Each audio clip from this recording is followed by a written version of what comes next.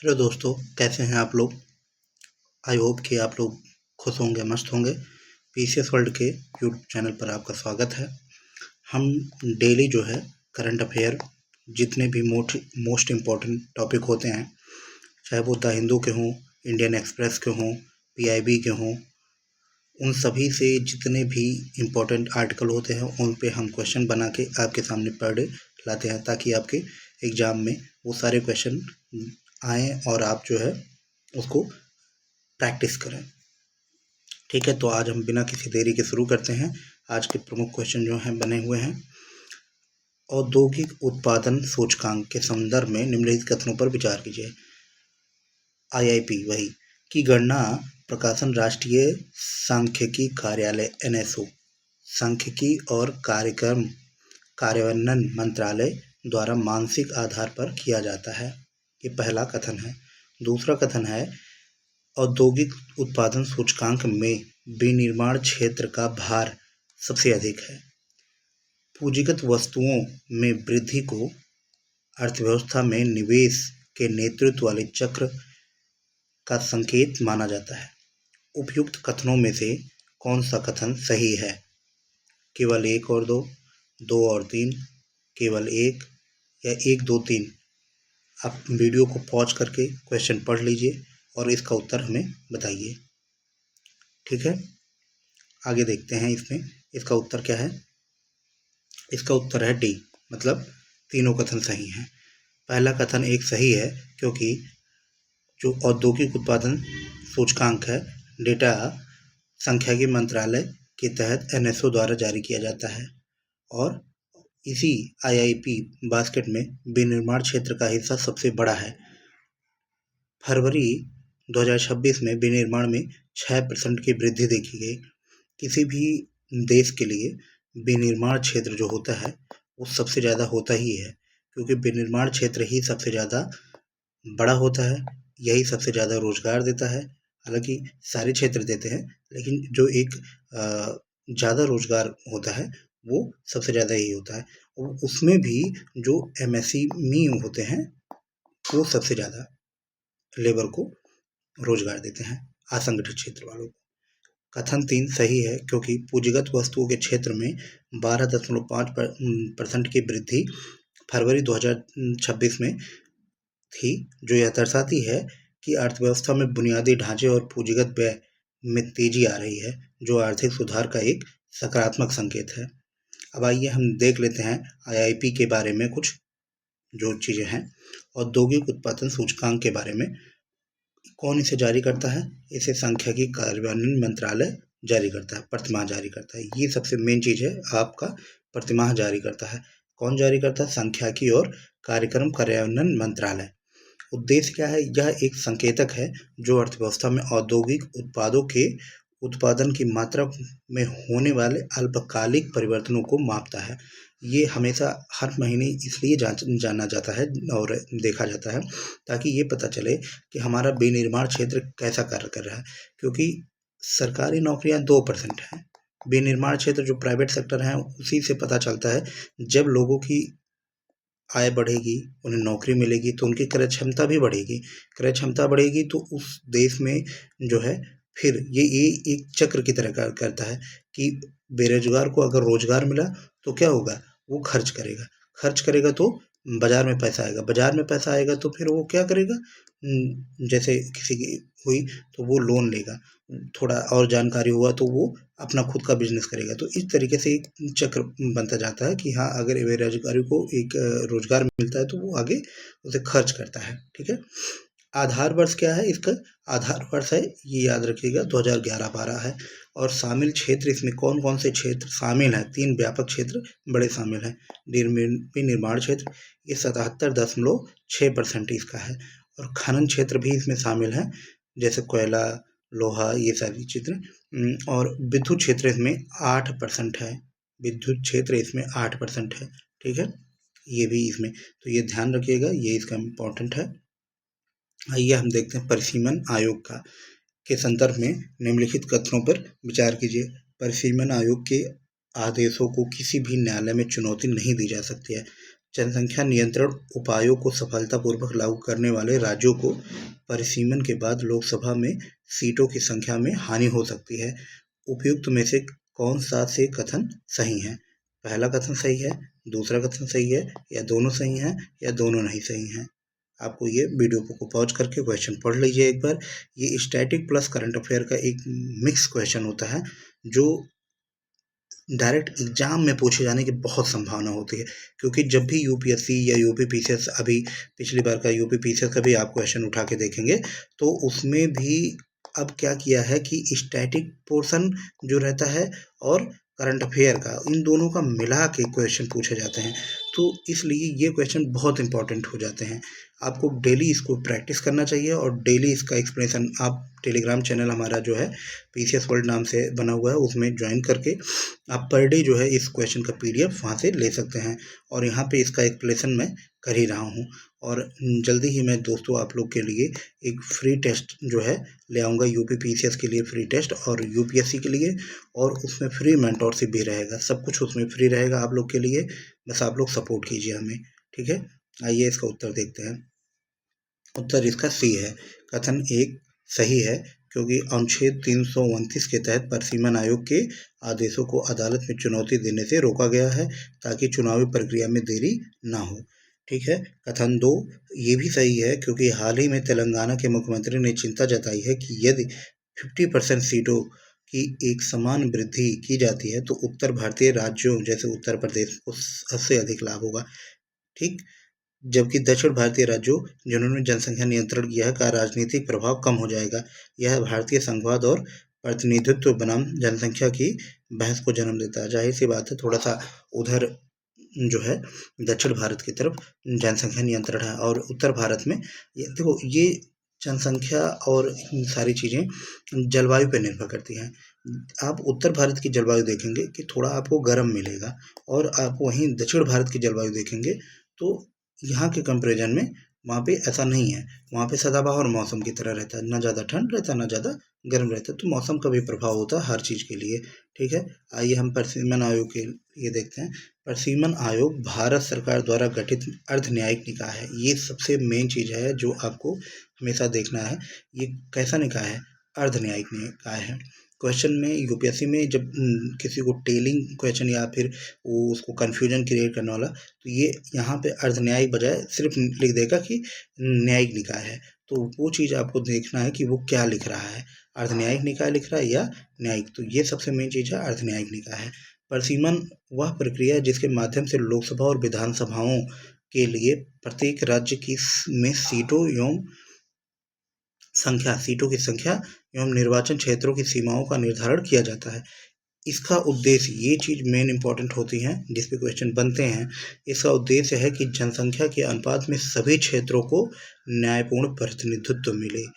इसका उद्देश्य मेन चीज़ है ये कि जनसंख्या के आधार पे, ना कि क्षेत्र के। परिसीमन आयोग लिखा रहता है, बहुत बार आप लोग कंफ्यूज होकर इसको जानते हैं कि ये क्षेत्र के अनुसार रहेगा, लेकिन नहीं, इसका उद्देश्य है जनसंख्या के अनुपात में सभी क्षेत्रों को न्यायपूर्ण प्रतिनिधित्व मिले।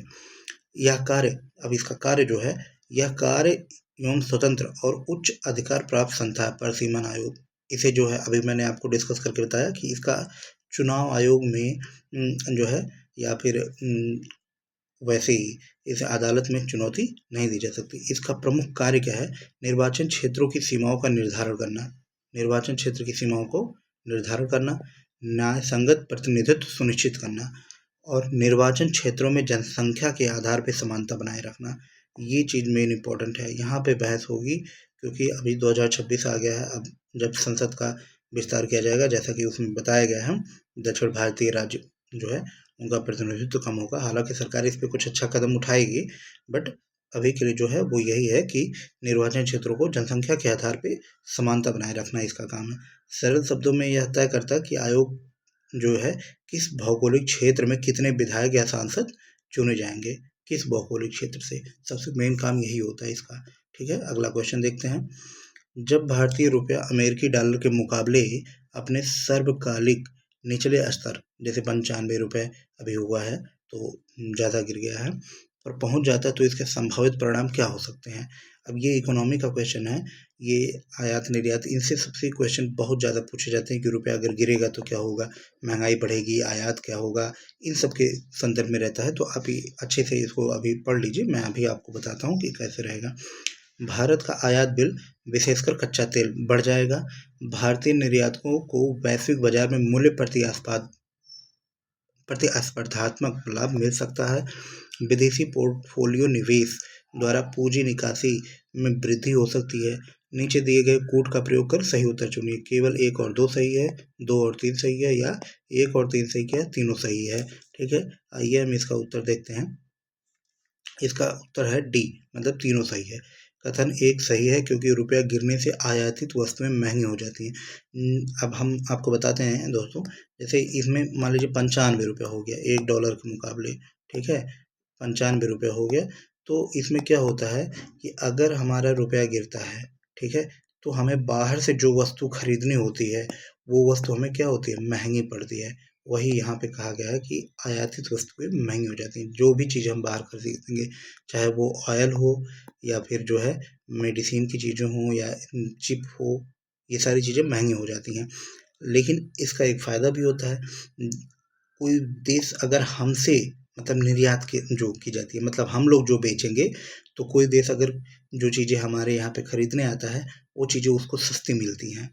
ठीक है, वो चीज़ें उसको सस्ती मिलती है। हमारे यहाँ महंगाई रहेगी, ठीक है, हमारे यहाँ चीज़ें महंगाई में बदल जाएंगी क्योंकि हमें जो भी चीज़ें खरीद रहे हैं वो महंगा मिल रहा है। लेकिन जो हमसे खरीदेगा वो उसको सस्ता मिलेगा क्योंकि हमारा पैसा का अवमूल्यन हो गया है। अवमूल्यन इसमें उस संदर्भ में नहीं कहेंगे, डॉलर के मुकाबले कहेंगे। ठीक है, आगे इसमें देखते हैं। चूंकि भारत अपनी तेल जरूरतों का बड़ा हिस्सा आयात करता है, इसलिए तेल की कीमतों से बढ़ने से व्यापार घाटा होता है, व्यापार घाटा बढ़ता है, लेकिन यहाँ महंगाई बढ़ती है। कथन 2 सही है क्योंकि कमजोर रुपया विदेशी खरीदारों के लिए भारतीय सामान को सस्ता बना देता है। जो मैंने अभी आपसे कहा कि निर्यात जो है भारत का ज़्यादा हो जाता है, ठीक है, जिससे निर्यात को बढ़ावा मिल सकता है। कथन 3 सही है क्योंकि वर्तमान में विदेशी संस्थागत निवेशक भारतीय शेयर बाजार में डॉलर निकाल रहे हैं, जिससे रुपये पर दबाव और बढ़ गया है। आरबीआई में सट्टेबाजी को रोकने के लिए बैंकों की नेट ओपन पोजीशन पर सीमा भी लगाई गई है। ठीक है, नेट ओपन पोजीशन मतलब कि बैंकों से कम पैसा निकले सट्टेबाजी को रोकने के लिए, तो इसके लिए भी है। ठीक है, अगला क्वेश्चन देखते हैं। परमाणु अप्रसार संधि के संदर्भ में निम्नलिखित कथनों पर विचार कीजिए। संधि की प्रकृति केवल शांतिपूर्ण उद्देश्यों के लिए परमाणु ऊर्जा की उपयोग की अनुमति देता है। भारत की स्थिति ये है कि संधि में के भेदभावपूर्ण होने के कारण भारत इसका हस्ताक्षर करता नहीं है। वर्तमान संदर्भ क्या है कि ईरान द्वारा संधि से बाहर निकलने की संभावना पर विचार है। उपयुक्त युग्मों में से कितनी युग्म सुमेलित हैं? केवल 1, केवल 2, तीनों, या इसमें से कोई भी नहीं। आप इसको वीडियो को पॉज करके क्वेश्चन एक बार बढ़िया से पढ़िए, फिर इसका उत्तर दीजिए। ठीक है, इसका उत्तर है सी, यानी कि इसका जो है इसका तीनों कथन सही है। सभी तीनों युग सीधा सीधा सही हैं। युग एक सही है क्योंकि एनपीटी जो है परमाणु हथियारों के प्रसार को रोकने और शांतिपूर्ण परमाणु सहयोग को बढ़ावा देने का प्रयास करती है। शांतिपूर्ण के लिए परमाणु ऊर्जा का उपयोग किया जा सकता है। इससे परमाणु ऊर्जा से बिजली बनाते हैं, उसी से इनरेचमेंट करके परमाणु हथियार भी बनाए जाते हैं। युग्म 2 क्योंकि भारत ने हमेशा एनपीटी को परमाणु भेदभावपूर्ण माना है क्योंकि यह परमाणु संपन्न और परमाणु विहीन देशों के बीच स्पष्ट विभाजन करती है। ठीक है, युग्म 3 सही है क्योंकि हालिया समाचारों के अनुसार इजराइल यूएस हमलों के जवाब में ईरानी सांसद एनपीटी से बाहर निकलने पर विचार कर रही है, जो वैश्विक परमाणु ढांचे के लिए एक बड़ी चुनौती हो सकती है। ठीक है, अगला क्वेश्चन देखते हैं। हाल ही के समाचारों में जो रहा, ऐसे ही क्वेश्चन यूपीएससी पूछते हैं। गिग वर्कर्स वेलफेयर फंड, ये हाल के समाचार में रहा था। मुख्य रूप से किसके माध्यम से वित्त पोषित किया जाएगा?